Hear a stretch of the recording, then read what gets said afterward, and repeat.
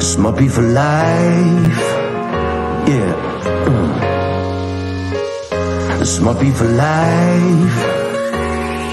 Stand up when the chief is here. Hands up. Yeah, the chief is here. Stand up when the chief is here. Hands up. Yeah, the chief is here. Yeah, this might be for life. Hey everyone, good evening. And this podcast comes with a safety warning. And the safety warning is Nick French and Greg Stevens. Nick French sends me this message. Your Braai-side chat at 6:30 with Toit. I was best man at his wedding. He found me a career. I found him a wife. He was my first boss. He hired me straight out of Caprice, pissed. We've walked a journey 15 years, amazing guy. And Greg Stevens, I think, was a bit more sensible and polite. How do you know these guys, Toit? As you introduced Nick, he was pretty persistent at Caprice for multiple Sundays in a row. And eventually I just gave in and I said, listen, come to the office on Monday and let's have a chat. Greg, through just the naughty days, I guess, like being out in town, and then we just became really good mates, beyond that. Because I'm on Greg's board of Emerge Gaming, and Greg, Nick, and I have been buddies for a long, long time. Actually, Nick, 2 weekends ago at my house, suddenly comes to me and goes, your wife Katie's unbelievably, what a cool girl, what an amazing chick. I said, Nick, it's taken you 4 years to work that out. What's wrong? Toit, how do you get a last name as a first name? Yeah, so it was grandmom's maiden name, and actually my dad got the same name as I did. So it's like Jan de Toit Marais. I think Jan was from one of the great grandfathers, and de Toit Oma's maiden name. Lovely. So we meet through the amazing Gigi Alcock, who I've been sort of ranting and raving about on all my podcasts, because he is quite a unique character. How did you guys meet?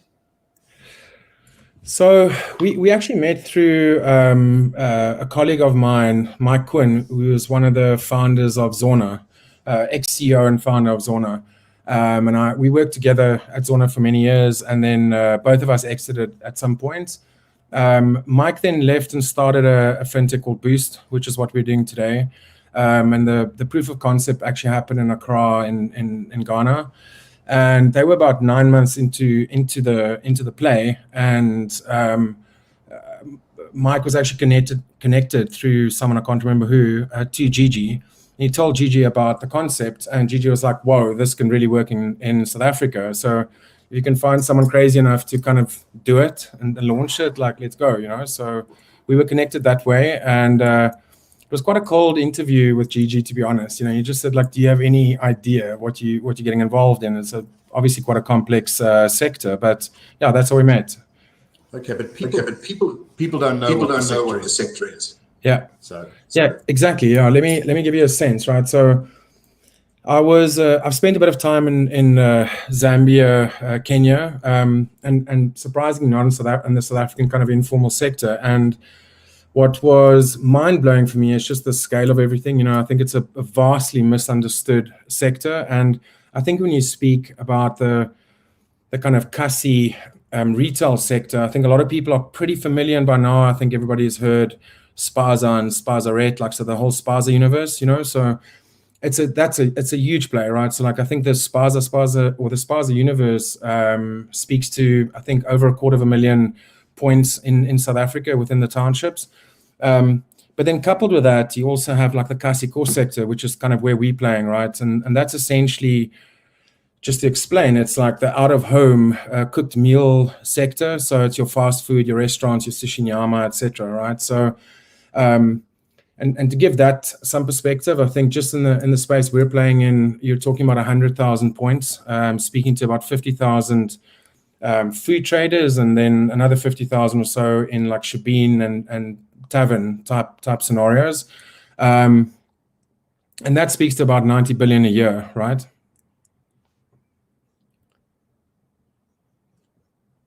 Can't hear you. I was doing sign language. those are the retail and consumer sites, those points. Where do you fit in the chain?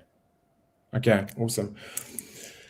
Yeah, so we essentially, we're a fintech, right? So I mean, from the get-go, just to explain what we actually offer. So we built a order fulfillment platform, which essentially allows traders within the kasi sector to place orders via WhatsApp and then like a web-based catalog, which then essentially feeds through to formal supply chain. So essentially, we become the bridge between the informal trader and formal supply chain. And you can imagine there's like a whole host of advantages, right? You're talking about like quality, consistency, stock levels being like consistent, and just the convenience element, right? So the kasi core sector has been largely kind of overlooked, I think, and super underserved. You know, I mean, so for someone that's standing on the side of the road that's braaiing out of a half drum, doing like chicken dust, to be able to go onto his phone, place an order, and have someone deliver it a couple of hours later to the place where he's trading from is hugely valuable, you know. So that's kind of the space we're playing in.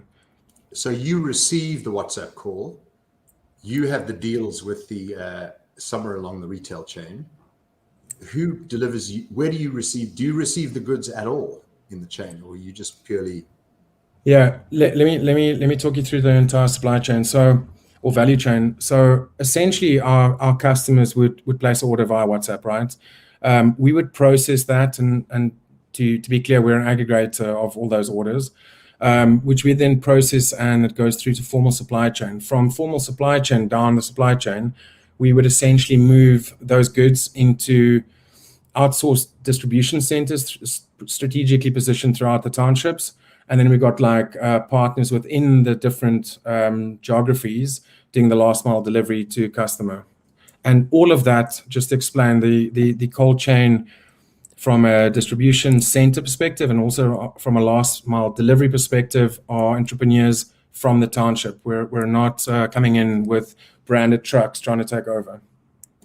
Okay, so you're the sort of, are you the Smollen of the Kosi business? Pretty much.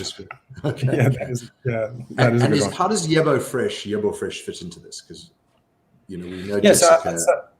Yeah, exactly. So I guess it's just audience is one of the key ones. I think I've been asked this quite a bit actually over the past couple of weeks, but we essentially like fresh goods, right? So it's predominantly meat. I mean, I can tell you that out of a basket for a restaurant or kasi course trader within the townships, it's like 80-90% meat, you know. I think where Jessica and a whole host of other players are a little bit different is it's more focused on the dry goods, and I guess a whole bunch of other players are also playing in the kind of more spaza universe as opposed to like the informal kind of restaurant trading space. Okay. And who are your competitors of any scale? Are they the traditional? So it's interesting, you know, like Gigi and I spent quite a bit of time on this with the team, kind of like trying to figure it out. I would say, and stand to be corrected, I think we're first mover from a kind of formal space for sure, speaking to the kasi core sector. But I need to be clear, I think it'd be silly to think there aren't like a host of mini distributors already in that space, but they're informal, right? So it's not the formal brands. It's not an A2Pay or Yebo Fresh or etc. So there's a host of small informal guys doing what we're doing, but that's the bulk of our competition at the moment. And what brand do you operate under? Boost. And is that the brand that you effectively founded in Ghana? Correct. Yeah, and it's now it's in Ghana. It's also Nigeria, and there's a proof of concept running in Egypt right now. So, okay, so you're in 4 countries in Africa. Yeah, correct. And the headquarters are where? In the UK. Okay, so it's UK domiciled and operating. And where's the team? Don't worry, the taxman's not listening to this call. Oh man. Toit? Sorry, I lost you there for a sec. No worries. I just said, where's the team? So you are the CEO. Yeah. And you're in Hop Bay. Yeah, exactly. So just in terms of structure, we essentially have like field offices strategically positioned throughout like the key townships, and maybe just to mention, in the Western Cape, we service Imazamayetu, Langa, Guguletu, Nyanga, Kailicha. In Johannesburg, we do Tembisa and Soweto at present. We've got field offices spread across those different geographies.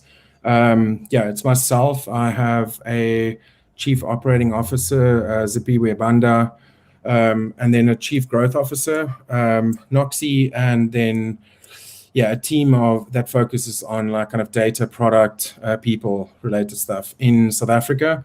And then as a kind of a HQ, I guess, it's Mike. He's got a COO, Mary, and a CTO, Will, that essentially kind of manages like the group structure. And where's Mike based? UK. He actually lived. He was in Hart Bay for a long time, because Zoona's HQ was in Cape Town, and then he left us like a few months ago. and give us a little bit of an idea of the scale of South Africa, Nigeria, Kenya, Egypt, in terms of development. Yeah, sure. So I think what's interesting to understand is just like it's vastly different. I think the thing that's not always understood is just how supercharged South Africans or South Africa's supply chain network is, right? I mean, like you look at the Shoprite Checkers of the world. I mean, it's one of the largest kind of chains across the country, across the continent, but vastly different. So I'll give you quick sense. Egypt essentially has got a model whereby they're going straight from grower to market. So like they've got these huge like fresh like veg markets, and they essentially are aggregating like farmers and creating a marketplace for them to then sell to the market digitally. Nigeria has partnered with two huge players, Octopus and I think GBF. And through that, they've got access to, I think, like 4,000 plus retailers. So it's a kind of like a business to business, to business type solution. And then in Ghana, I think it's a little bit more closer to perhaps like, I think Yebo Fresh in the sense that they're speaking to the equivalent of like Spaza in Accra, and that's kind of what they do. Yeah. In terms of revenues, and I know that you launched the different countries at different times, but which is the biggest country at the moment and which will be in 5 years' time? Awesome question. So Ghana launched 9 months before South Africa, Nigeria about 6 months after us, and Egypt is in piloting phase. So it's a little bit difficult to answer that. But I'll tell you, currently speaking, South Africa's enjoyed, on average, the last like four months, like 100% month on month, so we've quickly caught up to Ghana. So I'd imagine within the next month, probably by the end of October, if not November, we'll be the largest, I think, in the group. But and then I think from a growth point of view, we're standing fast. But Nigeria is just a beast, right? So I think if you get that right, and I think I know, of course, from an investor perspective, the attention is there, right? There's been some big like kind of fintech exits there, so there's a lot of attention. And obviously, from a GDP perspective, it's the largest country in Africa, So I would imagine that Nigeria would be a monster. But let's not underestimate the scale of South Africa. It's huge. I mean, a lot of people, when they think of the informal settlements, the townships, they just think of spazas. But there's and Gigi taught me this, there's an infinite number of entrepreneurial businesses in auto repair, in everything. Yeah. So you're just a piece of a chain. Yeah, exactly.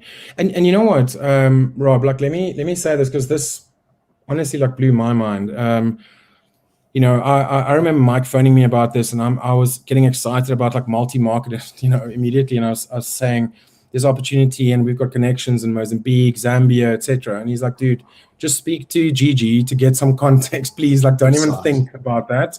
It's tiny little islands around us, And even after Gigi spoke to me, I was like, I don't know, let me go and see.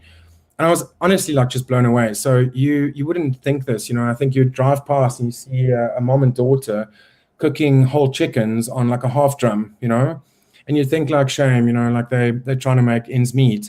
In most cases, I would say they probably doing anything between like 80 and 200K a month, and they're not registered for VAT. They're like not paying all that type of stuff, right? So it's a huge business. And by the way, their GP is through the roof, right? Like, they'll buy a bird at like, yeah, let me not say, but like, they'll buy a bird like relatively cheaply, and it's more than 100% markup, so. Gigi did that analysis for me. He said, let's just work out what it takes for somebody to work as a domestic servant, as a staff member in someone's house. They've got to travel an hour or so, pay the taxi, work shitty hours, have no control over their lives for X. Yeah. Whereas the lady sitting on the corner selling, whatever their course is on that corner is doing twice, 3 times, 4 times better and having a better life. So we all think, we say, oh, poor person, unemployed. Great entrepreneurs.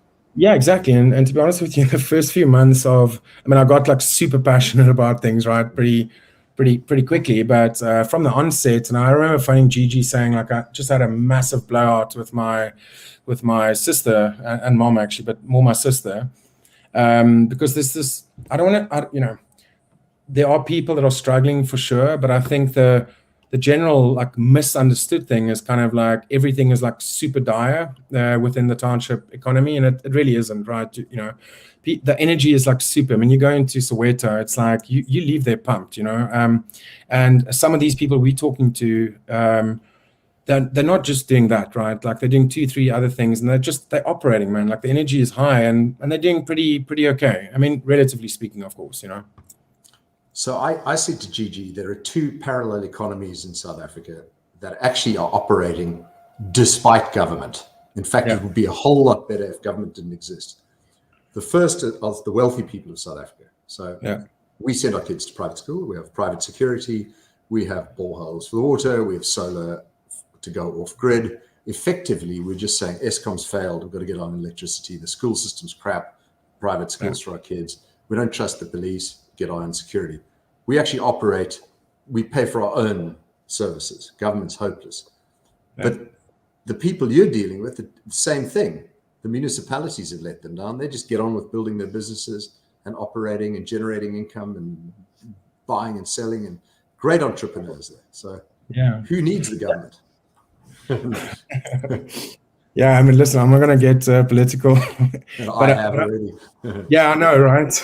So let me not dig into that. But what I will say, though, I think is like instead of having this like kind of almost like top-down view from the onset, I think certainly speaking to myself, I spoke to one of Gigi's guys, a guy called Fat, and we spoke about this, and he's quite outspoken about the government and all these things. But it's not really even like a political thing for me. It's more about like, let's not look about it from a top-down perspective, but rather like what impact can we have from the bottom up, right? So, and I think that's the mentality that really inspired me the first time I went to Soweto specifically. It's just that, you know what?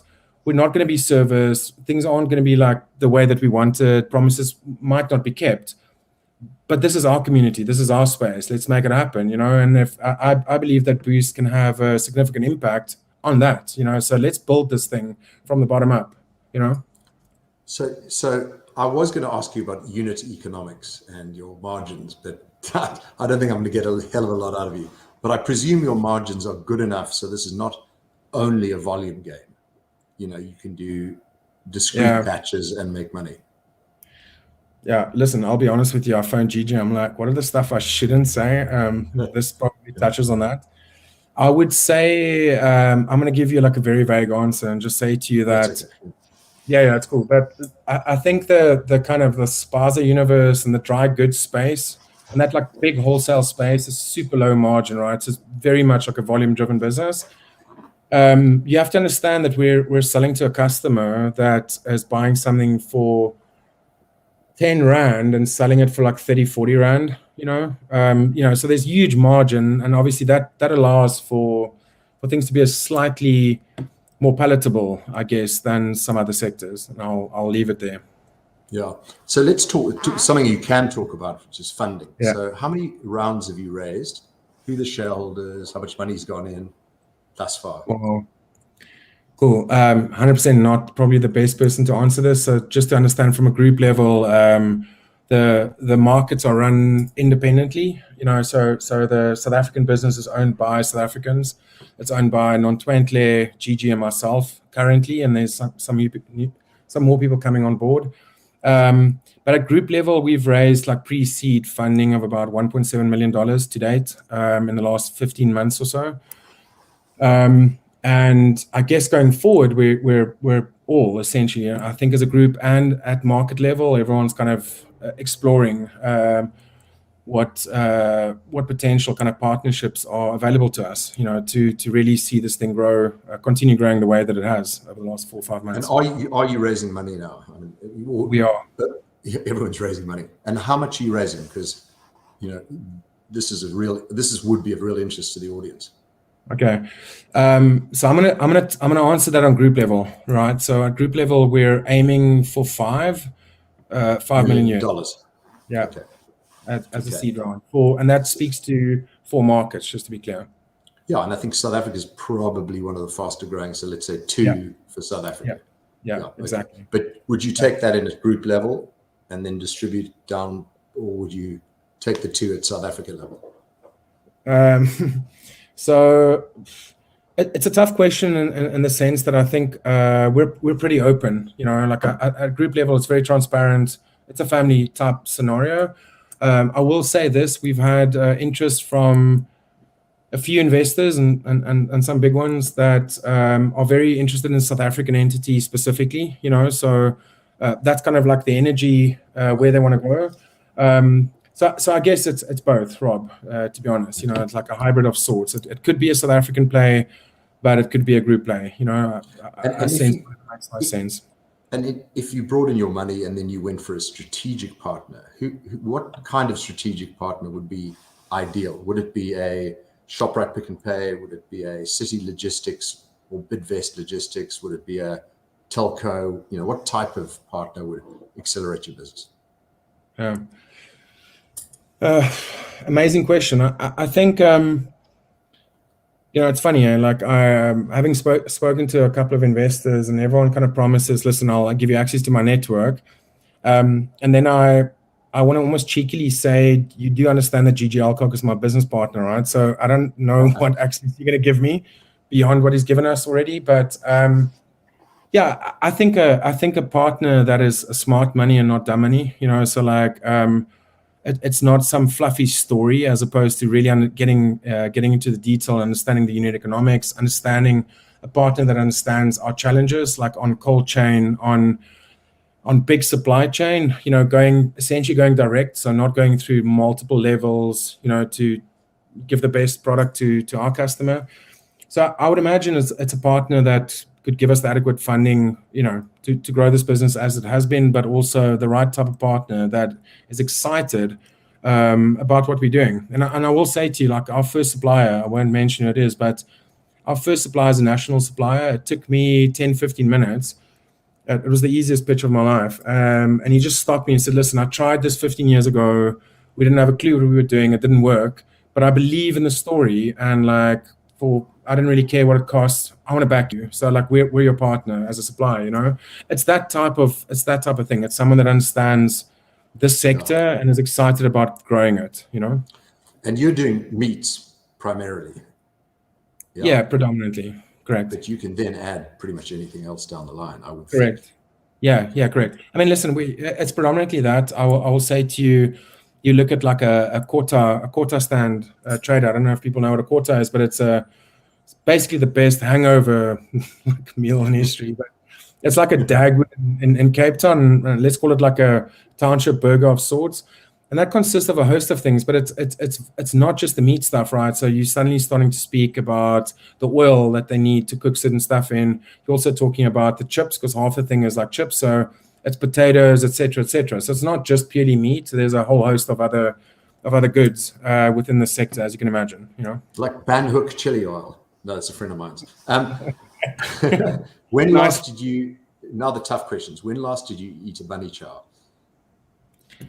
Oh man, I'm gonna send you a photo. And you know what's crazy is that I haven't had a break in over a year, and then my wife begged me to go to Durban because let's take the kids there. I had my first one a week ago, and it's a beast. It was like a thing like this. I'm actually going to WhatsApp you afterwards. But yes. Did you eat the whole thing? Did you clear it out like a good man should? no, my wife did a better job. You'd be still sick today. Right. And No, while we got a couple more minutes, everyone's now. Yeah. I mean, I've been bigging up Gigi big time. Like this is Yeah. superhero. Yeah. Can't you tell us one embarrassing story about him? Now's our About chance. About Gigi. Oh man, like one embarrassing. I wish I had one. Not the one with the donkey. I think everyone's heard that. Or the goat. I think most people heard that. Yeah, not the one. Don't worry. Don't worry. I'm not going to pin you down on that. Yeah, no, I can't. Not because I would love to actually tell you an embarrassing story. I just don't really have one that's adequate. No, he's a fantastic. You're a great shareholder and a great guy behind you. And he's pretty unique. There are very few people in South Africa that really know their way around. Yeah. Like he does. I'll say this about him, like he's super knowledgeable. I'll be honest. I think the first time we met, he was like, look at this, this boykie from like Hart Bay and, like city kid, and he's going to understand like the Kasi sector. And he's a real, I think I would go up against like Shaka Zulu before him, like in a strategic or board meeting.